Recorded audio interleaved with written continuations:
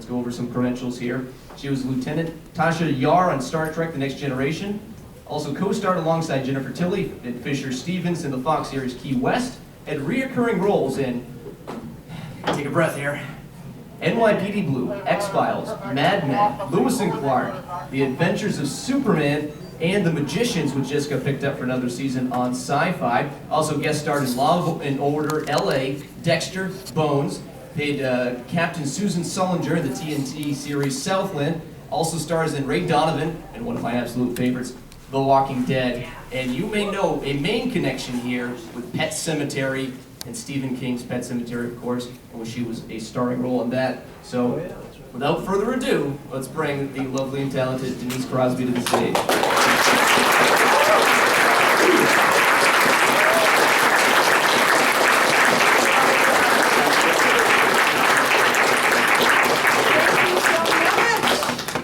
Wow, nice crowd here. I took your chair. There you go. Thank you so much. Good? Yeah? Why not? We'll try it. How are you guys?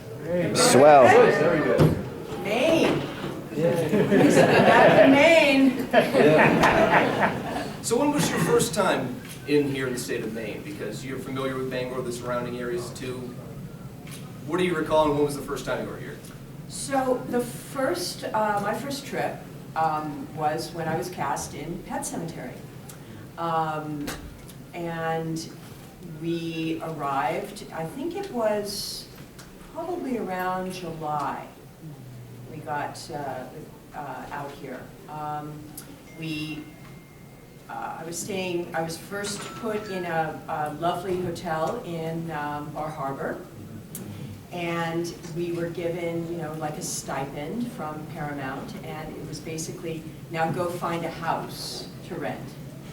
And let's see, Dale Midkiff, who played Louis Creed in the movie, he already had found a house because he was smarter than me and had his manager come and find a house for him to rent.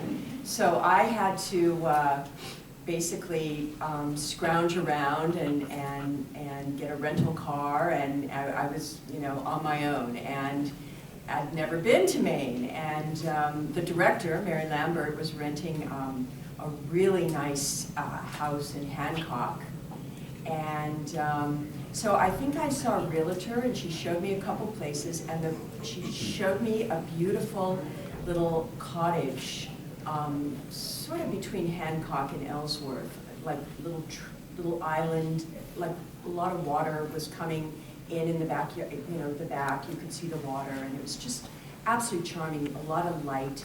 And I took it on the spot, it was during the daytime, and then nightfall came. And I am making a film called Pet Sematary. And I am in a very, very dark, quiet, glass, basically, house where you could just see me sitting there shivering. I think I slept with my eyes open for a month. You enjoyed some lobster too, and I think that's on the agenda today as well. Oh, listen, there was a place. So the Creed house was in Ellsworth, and so we drove on this road. Every day we passed Bob the Lobster, and it was just a little shack on the road with a neon lobster above. And I think you could get like a beer and a lobster for like $5. And I ate lobster every single day until I grew a tail of my own. And I said, maybe I've got to stop now. Yeah, because, we're like from California where, you'll see lobster for, $50 on the menu or something. So we couldn't get enough of it. And, we'd shoot some pool, and it was just our hangout. And I don't think Bob the Lob, as we called him, Bob the Lob, is around anymore, and I'm just absolutely heartbroken. Oh, God. I came all this way for that shack, and it's gone. I'm just going to run. Well, we'll start opening up for some questions. Again, the protocol, if you have a question, raise your hand. We'll try to get to you in a timely manner. Anyone want to be the first one to break the ice here? Ah, brave soul. What was it like working with John Ritter on Skin Deep? Oh, I'm so glad you mentioned John.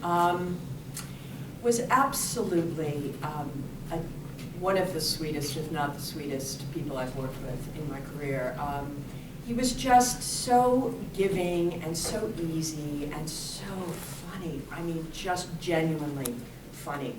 And that, I haven't seen the movie in a long time, but we had so much fun doing it. And he just made me just laugh hysterically through everything. And I later got to work with him a second time when we did like it was some sort of television movie, TV movie. I think it was for ABC. It was with him and Katie Seagal.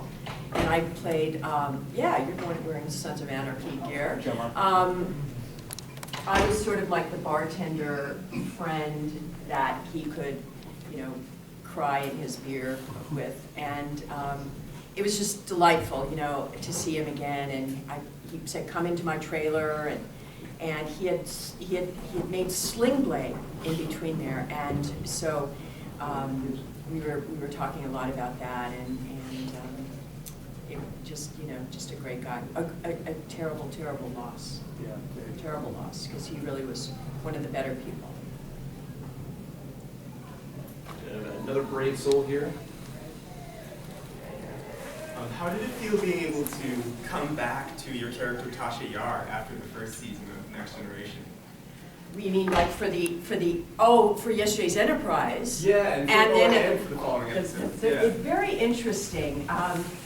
The yesterday's Enterprise was very exciting, and to me that was just one of the best scripts that the Next Gen ever produced. So, and a lot of time hadn't passed, so Tasha was still very much in my DNA, let's say. So, what really took me by surprise was doing All Good Things, the very, very final episode. I sort of thought, oh, I got this. I mean, it's Tasha Yar. I know how to play her and who she is. And I got to the set, and here I was in this capsule with Captain Picard, and it was like, oh man, I forgot. I really don't know what I'm doing here. And it took me a little bit. It took me by surprise, just how time plays in your being, and when you're away from something, you can't just jump right back into it as if it was yesterday. So it took me by surprise, but it was fun. It was great. What was it like playing Sela in between all of that? Well, playing Sela was, again, I loved the challenge of it, because I really needed to create a very different role. And, I loved that she was, I was looking for somewhat of the spirit of Tasha underneath that. I thought that it would be so interesting. And I was even looking for like a characteristic that suddenly she would do, and maybe one of the crew of the Enterprise would say, oh my God, your mother did that. Just that there was this just connection in her DNA, even though she was so in denial of any aspect of that. So, it was just a wonderful acting challenge to play her, and again, a real surprise. I never thought that was possible. I may be the only actress that's played her own daughter on the same series. I don't know, maybe in like General Hospital or something. I don't know, but you're not going to see that on HBO too much these days. Were you a fan of the original Star Trek before you did Next Gen? And of all of them without Next Gen, which is your favorite TV series? I was a fan of the original Star Trek. I didn't see it in the 60s when it first came on. I was, just so little. But I caught it when it went into first run syndication when I was about 18. So it came on every night at 5 in Los Angeles. And at that time, I was living on an organic farm in Malibu. And in exchange for rent, I was going to school, and in exchange for rent, I would do some of the farming. And it was owned by an 85-year-old Italian immigrant. And he and I, our ritual every day, would watch Star Trek together. So that was how we related, and it was great. And so I was a big fan of the show, and it's just part of what you do when you're like 18, 19 years old. You watch Star Trek. It's like cool. My favorite, they all have just great sort of qualities about it. Once I left the Next Gen, I didn't really follow a lot of the series after that. So, I still like the classic Trek. Before we go to the next question, take us back to the time when you found out you were going to be on the Next Generation, because I think that might be a pretty cool, unique look into it, and your feelings and thoughts on the time. That's a great question, because it's an interesting story. When the appointment for my audition for the Next Generation came in, I was shooting a movie called Miracle Mile. I don't know if anyone's seen Miracle Mile. It's a really good movie, and it was an independent film with Anthony Edwards and Mare Winningham with the leads, and I definitely recommend seeing this film. It was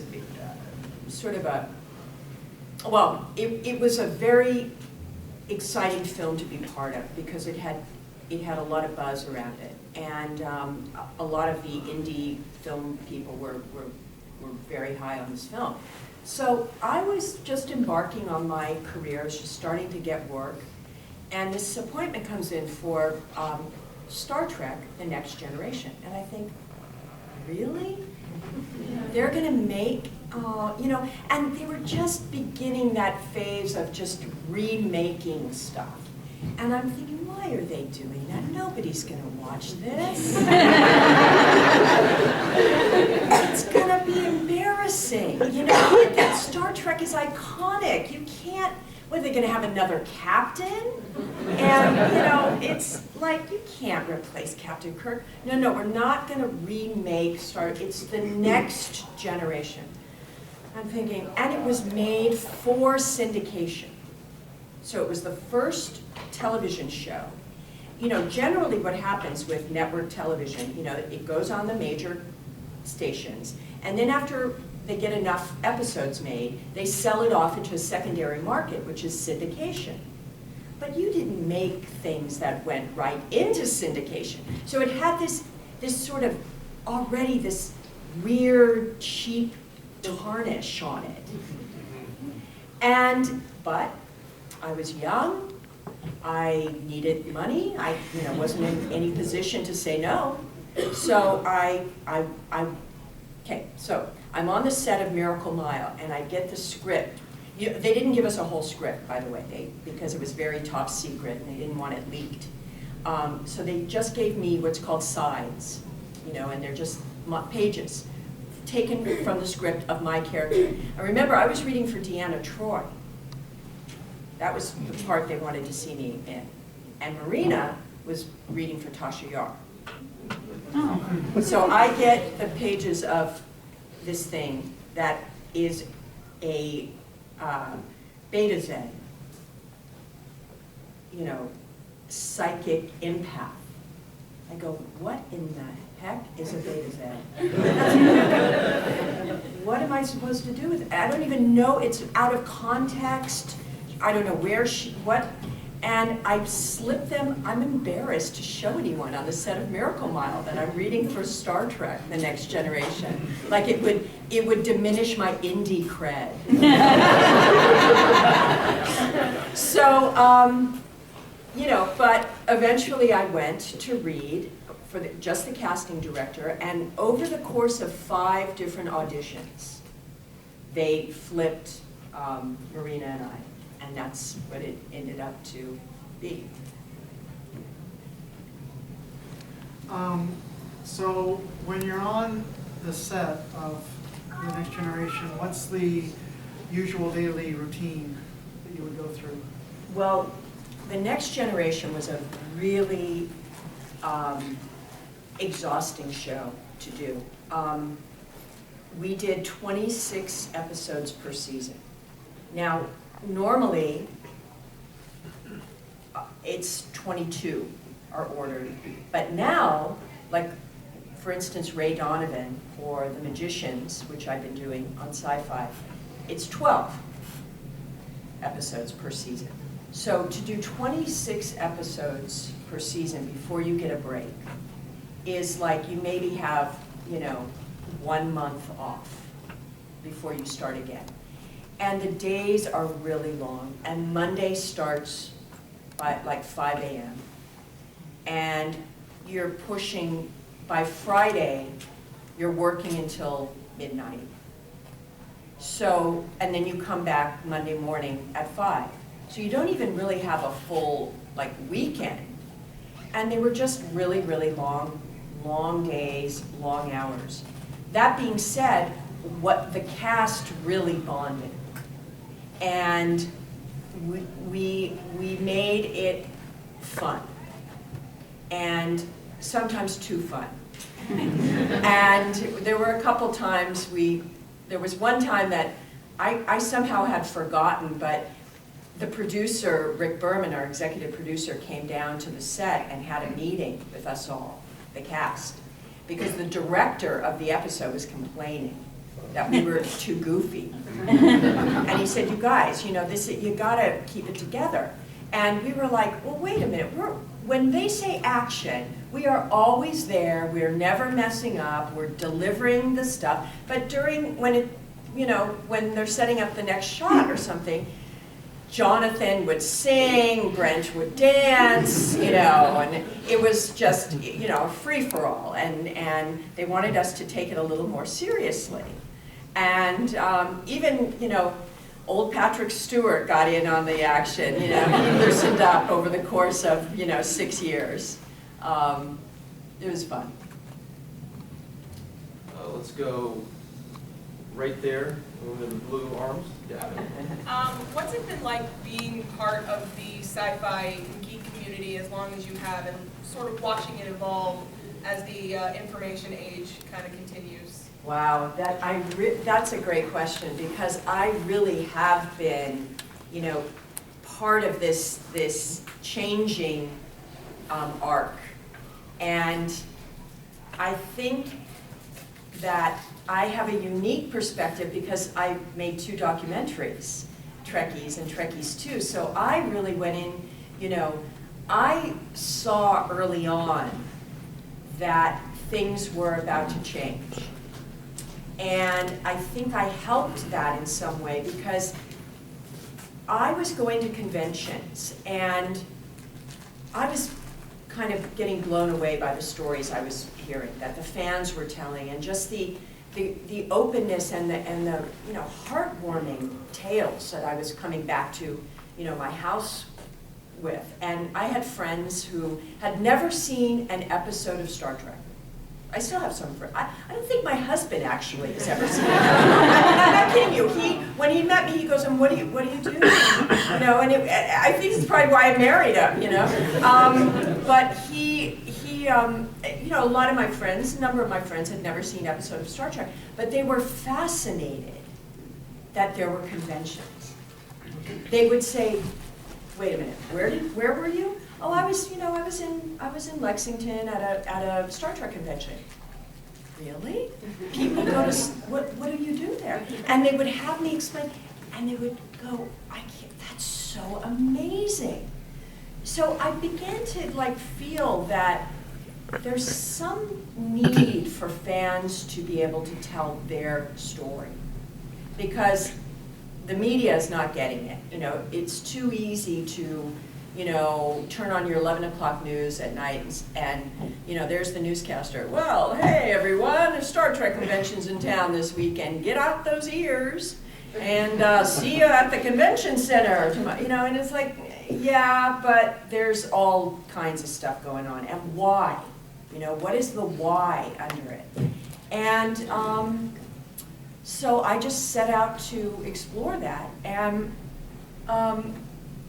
you know, I think because you started to see people like, you know, Bill Gates and Paul Allen and, you know, Steve Jobs and the people who were changing the world as we know it. You know, Bill Gates used to go to his board meeting and have a makeup artist put on Spock ears.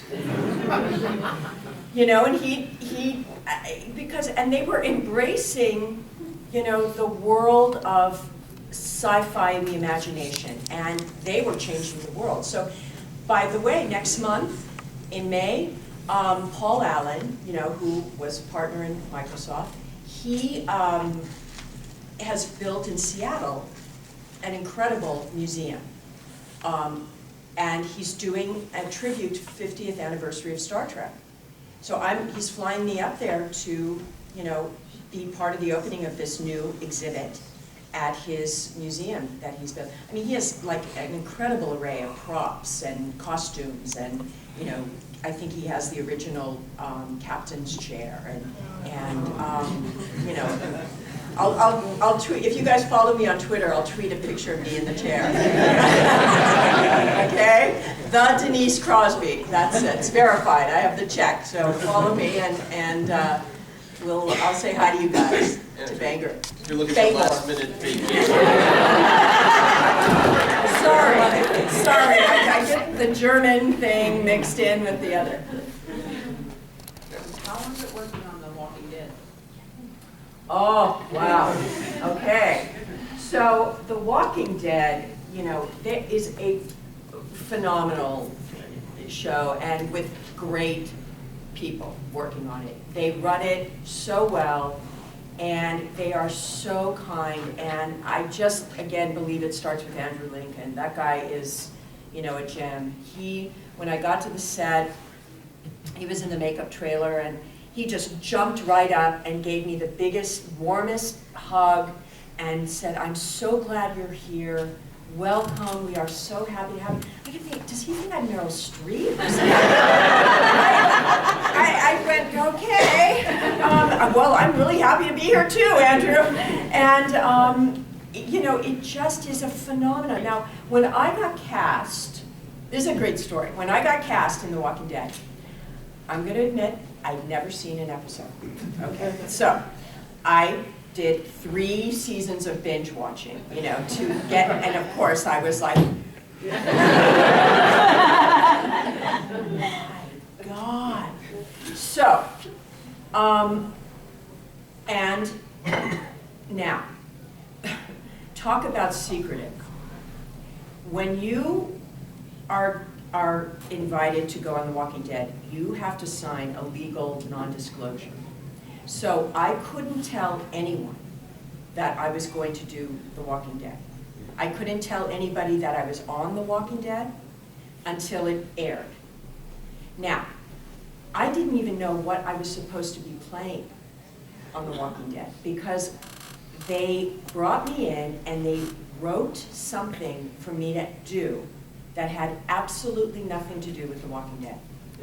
The scene was, let's say a woman, her name's Barbara. She comes in to a car dealership and she needs to buy a specially designed car because her husband has been in an accident. So she goes to her friend Bob, let's call him Bob, to buy a car because he is a dealer and can get her a really good rate on the car. And they're old friends. So she shows up and he goes, Barbara, it's so great to see you. Wow, it's been way too long. And she said, Bob, I know. Well, we've been busy and you're busy. And anyway, look, I need a van. What's your number? What's the price? What's the best price I can get it for? And he goes, oh, Barbara, this is the figure. I'm going to give you what our dealer's price is. It's, $36,500. And she says, Bob, I know the number, that's a little too high. Why don't you give me the real number you can give me? And he goes, Barbara, listen, but I'd give you the best I got, no doubt. She said, well, Bob, I don't think that's the best you got. And I'd really hate to go to, your wife, Marge, and, tell her I saw you coming out of the Motel 6 last Friday night.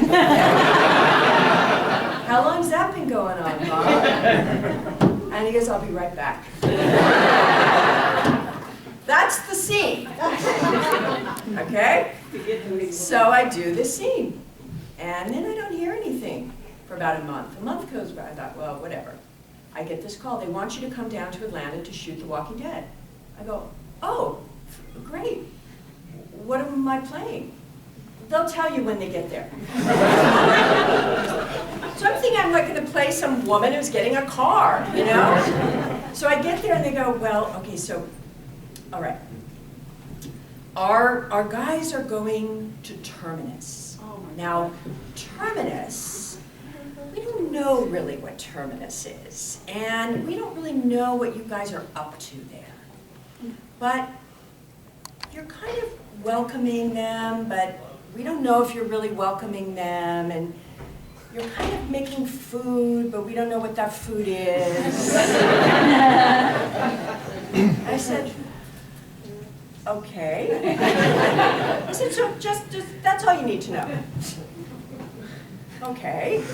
No, it's like, hi guys, welcome to Terminus. Can I fix you a plate? And that's, they just don't tell. And it was really cool because I was flying by the seat of my pants. I had no idea what was coming, and it was just a really unique thing going on down there. And they're down in Atlanta, so everyone leaves them alone, but the streets are filled with tourists trying to get a glimpse of the actors. So when I was working, shuttling from the hotel to the location, you're in a van comes and picks you up, and Melissa McBride is with me, and she goes, duck, duck.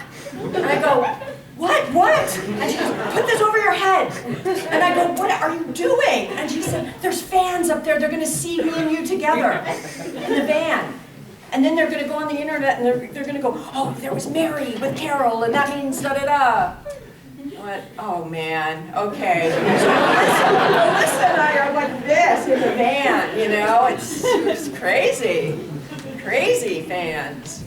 Do you think they try to not tell you as much to keep it as raw as possible? So I think they tell you, on a need-to-know basis because there's so many leaks, and there's people whose job it is in this world is to find out what's going on The Walking Dead and leak it. Like they're committed to that. So they're just trying, I get it, they're just trying to protect their, franchise and their storylines. now we had a question up here before we go back there. Was there one? Yeah. What you, out of everything you've played in, what was your favorite show out of everyone that you played in? Wow, that's a really tough answer because it's, it's like you have, 6 or 7 kids. Well, which one's your favorite? Debbie. But each one is unique, and you embrace it, fully, and each one has inherent challenges, and you know, I couldn't say. There have been some sets that have been, you know, more fun. I mean, certainly The Walking Dead was one of those. You know, Ray Donovan tends to be a little more serious and dark. You know, working with Liev Schreiber can be intimidating. He's a very, very seriously good actor. Not that any of those other guys aren't, but in a different, you know, he's also directing. So, you know, I just shot Ray Donovan last week, and I was with him, and I realized, oh, yeah, okay, yeah, this is not, he's not a warm and cuddly person. He's intense. But he's also playing Ray Donovan, so, you know, it's a little, he is intense. But yeah, each one, I couldn't give you a fave.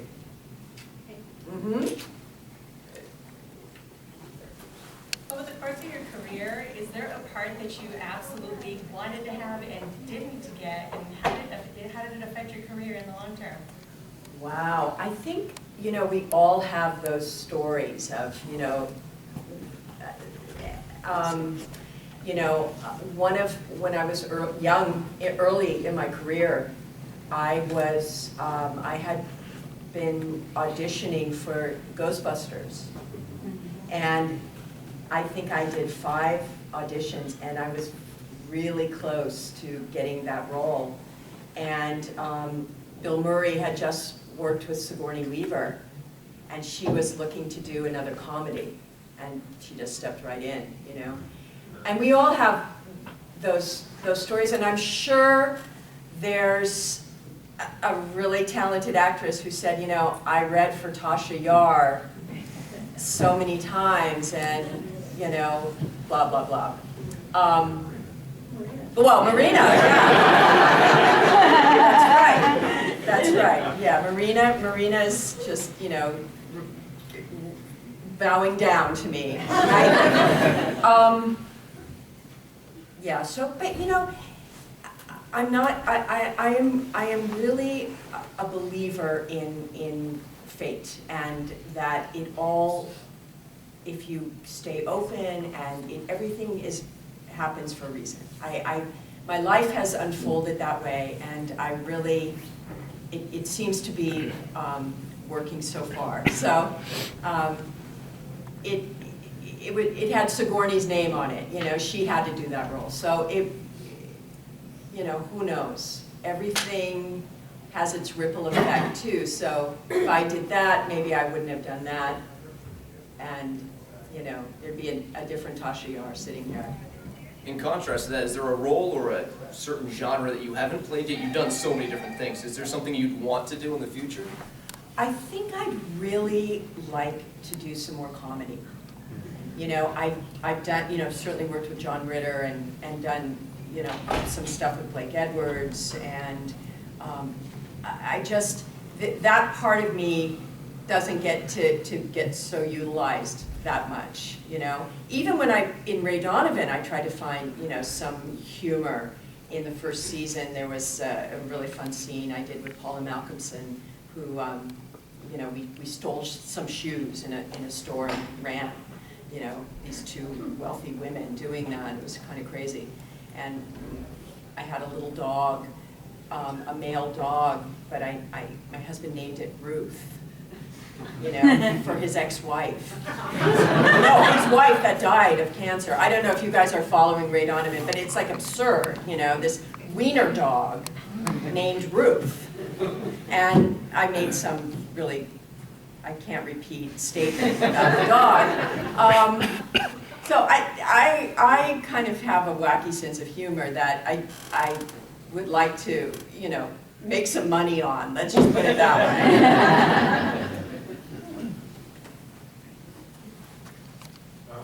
I was just wondering, when you were on Next Generation as Tasha Yar, how it felt, and if it seemed like a big deal at the time to be a woman playing like the tough, aggressive security chief, and how it was like, and badass, and how if that like seemed like a big deal, but just that was so different from the roles that a lot of women got in television before that. It felt like a really natural step. to be taking at that time. I mean, it just seemed right, the timing was right. I was always, you know, active. I played sports. I was, you know, physically fit. I studied Aikido when I was doing Tasha Yar. Jonathan Frakes and I had to wipe Jonathan because I guess he was going to maybe fight too. But we had to, they wanted us to study Aikido twice a week.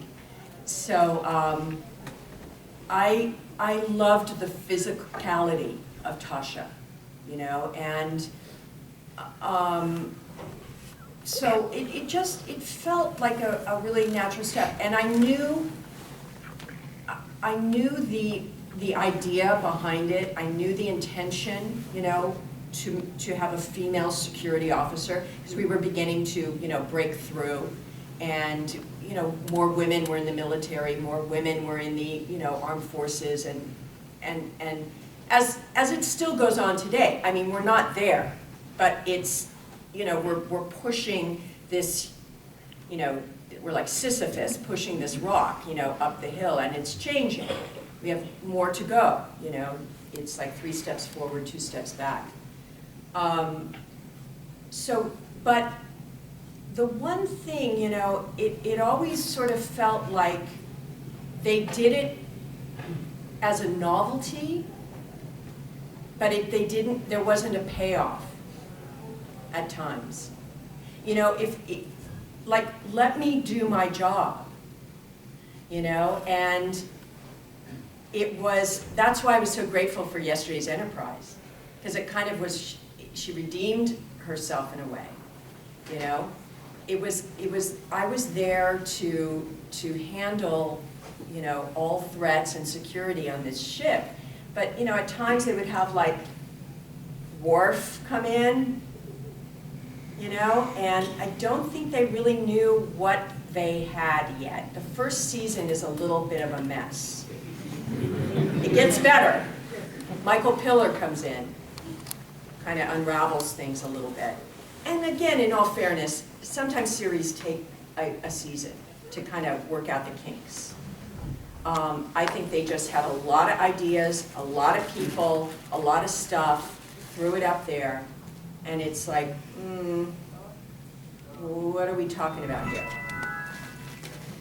Make sense? Thank you very much. Mm-hmm. Yep.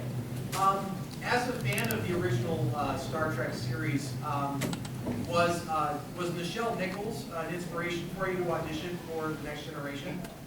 I think Nichelle is an inspiration, period. You know, I mean, again, that was an extraordinary thing to you know, see her there and have her part of that, you know, crew and all of that. And by all means, I think it was, I think the script, I'll tell you what it was mainly. My audition piece, it's really interesting for Star Trek, never made it to one of the shows. I don't know why. Marina and I have talked about this a lot.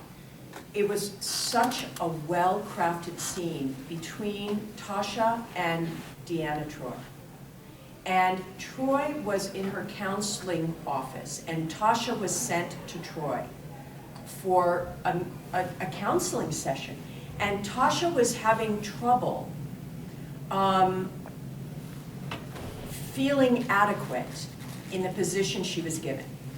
She was struggling with her own insecurities. And remember, you know, the character of Tasha Yar came from a very broken up planet, and she was an orphan and escaped all the rape gangs and all the, you know, she had a really tough upbringing, and yet made it through, you know, the academy and rose to greatness in her field. But inside of her, there's a very fragile young girl. And she's struggling with being the chief of security on the greatest ship the Federation has put together with this captain who is extraordinary. And so Troy says, but Tasha, you are more than capable of doing this. You are the one to do this job. What is going on? She said, well, I just think Captain Picard, I'm not good enough. I'm just not good enough to be on his ship. She said, that is ridiculous. Of course that's not true. What are you doing for fun? And she goes, fun? I'm not having, there's no room for fun. I have to be good at what I'm doing. I can't rest, I can't relax. But no. First of all, you need to relax. You need to go to the bar. You need to go to the holodeck and chill. And really? Yes. When did you have a boyfriend last? Well, I don't exactly. You know, it's like that kind of scene. And it was this very, well, it unlocked the door for me in terms of who I believe Tasha Yar was. It was very revealing to me to get some insight into how I was going to play her. So it never really, I don't know why, because there weren't throughout the whole series very many scenes between the women. So it was, again, a lost opportunity, but it was, I think that was an inspiration to me. The writing was an inspiration to me. Is there going to be a Trekkies 3? I hope so. I'm working on it. I've had it, Roger Nygaard and I have some ideas we would like there to be. I'd like to go to some places I haven't been in the world, whether, you know, I'd like to go to maybe, you know, Asia, India, Africa, that, you know, part of the world, see what Trek is about over there. I have no idea. I'd like to revisit some of my friends from the original. I'd like to see how the dentist is doing, and Barbara Adams, she's still working at Sir Speedy. And then I'd like to interview like the J.J. Abrams guys. I'd like to interview. As a matter of fact, when I met J.J. Abrams, this is such a good story. So my son and J.J. and I live in the same area in town, in L.A. And our boys played Little League together. And they were playing against each other one day. And I was at the game and JJ was at the game. And this guy comes up to me and he says, Denise, do you know who that is? Go introduce yourself, it's JJ Abrams. I go, I'm not gonna go introduce myself as a kid's Little League game. It's like he's there to watch his son. He goes, no, but you guys are of the same, you know, the same pod. You know? You'll like it. And so I went, oh God, okay, well, let me see if this works out. And so the game kind of lulled, and so I went over and I said, Mr. Abrams, hi, I'm Denise Crosby. I was on The Next Generation. And he said, oh my God, I love Trekkies. I love Trekkies. And I went, wow, God, that's great. Well, I love what you're doing with the show, with the series. So, you know, I would love to interview him and all those actors that are doing Star Trek, and sort of hand it over to the next generation. Actually, J.J. Abrams, I believe, married a woman from this area. Really? Yeah. Oh, okay. I'm blanking on the name, but nice little main connection there too. Your thoughts, though, on this new revival of the Star Wars movies in general, basically? The Star Trek or Star Wars? Star Trek. Oh.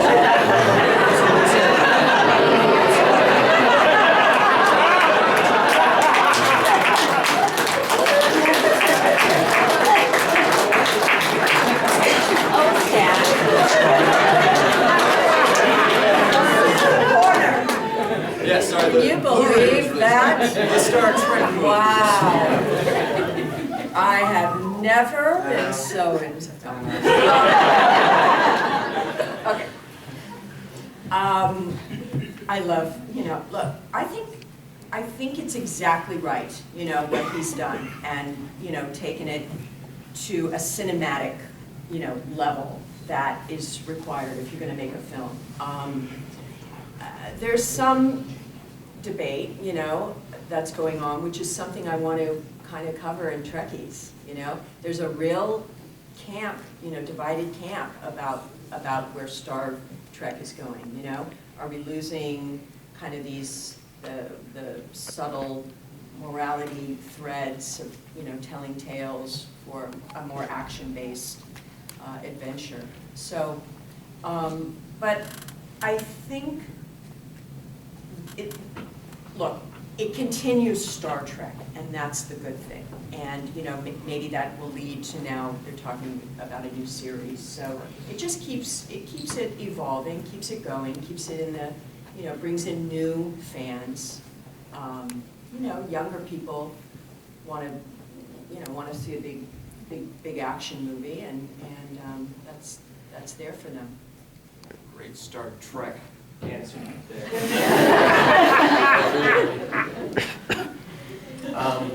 We'll go there, then there next. All right. My question is, if you had to choose between Captain Kirk and Picard, if you were Tasha Yar and you had to choose which ship you wanted to be on, who would you choose for your captain? They're both great, of course, but who would you choose? Wow. Well, since I served for the noble Captain Picard, I certainly would like to give Kirk a run for his money. I think he'd be fun to be, on the crew with. Just one mission. See what that's like. I think we'd go, we'd have some action. I mean, not in that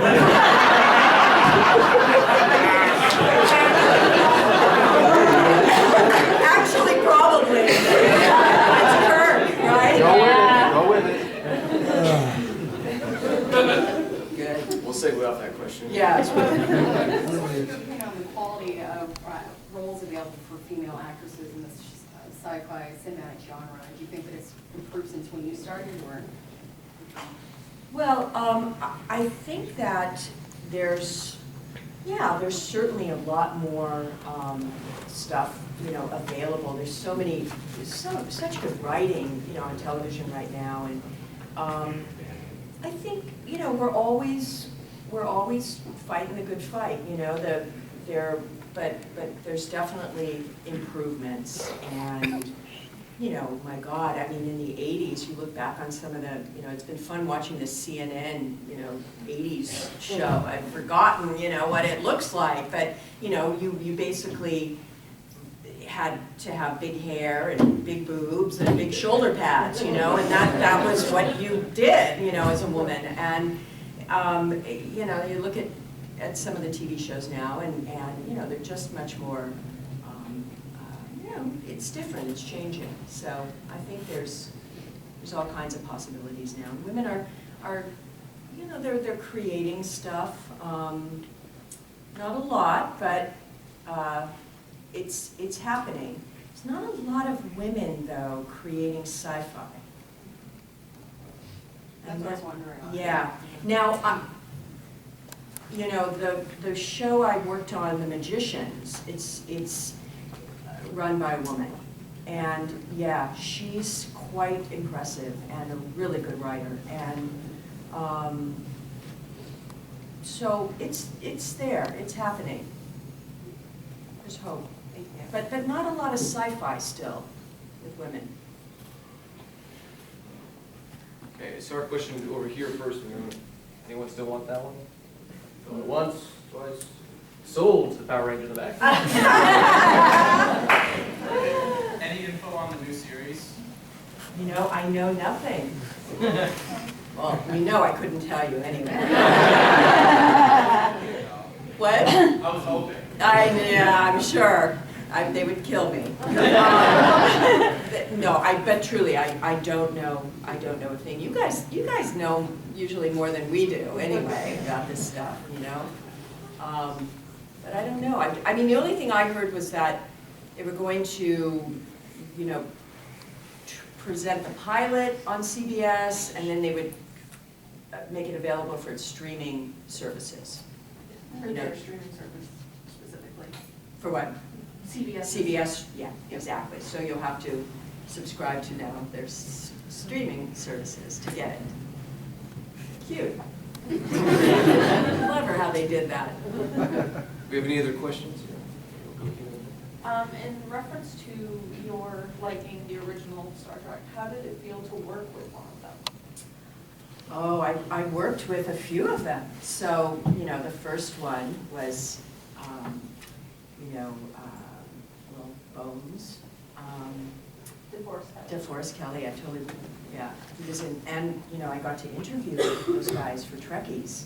So, and of course Leonard, you know, was astounding. And I remember Brent and I standing there, like, the scene was over, and we went, wow, man, that was Spock. He said, I know, and I think I hit him in the scene, you know? But it was just, they were, all the cast, you know, was just so gracious always, and you know, DeForest was in the pilot, so he, and I remember when we were just beginning the Next Gen, everybody came one by one to wish us luck and you know, just kind of pass the baton, so to speak. It was really, except Shatner. He couldn't, he took him a while to get there, but he got there. But I remember I took Will Wheaton, who was only like, you know, 13 years old, to the set. Bill was shooting one of the Star Trek movies, I guess the last Star Trek movie. At the same time, we were shooting The Next Gen. So Will came to me and he said, you know, I really would love to go look at this set. I go, I'll take you down there. So I walked onto the soundstage, and Bill was like, there were no children on my bridge. And Will was like a deer caught in the headlights. Are you talking to me? I said, well, I said, you know, there is now, Bill, there is now. And I said, come on, Will, come on, let's go. And, you know, it was sort of, it took him a little bit to embrace the changeover. Yeah, just a random question. If Tasha Yar was a Force user, what would she be? Jedi, Sith, or Knights of Ren? Oh, are we talking about Star Wars? I know, but I was just curious. I think Tasha Yar and Han Solo would have gotten together and made really nice children. I'll leave it at that. Don't you think? I mean, Han Solo and Tasha Yar? Yeah, you got a badass kid, right? We'll leave it at that.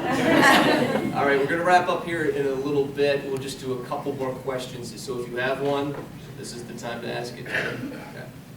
I heard the one-piece suits that you wore in Star Trek Consideration were really uncomfortable. Do you have any stories about None I could share with you. My goodness, we've just this Star Wars thing has gotten you guys all flustered here.